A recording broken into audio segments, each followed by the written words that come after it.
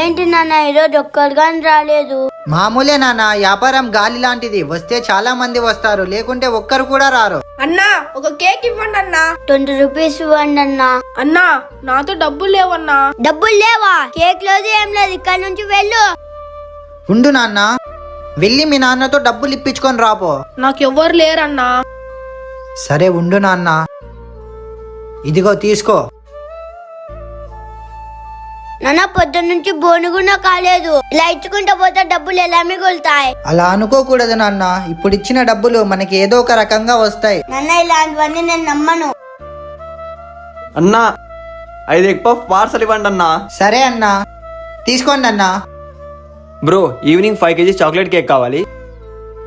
అడ్వాన్స్గా ఈ 500 తీసుకోండి. సరే అన్నా.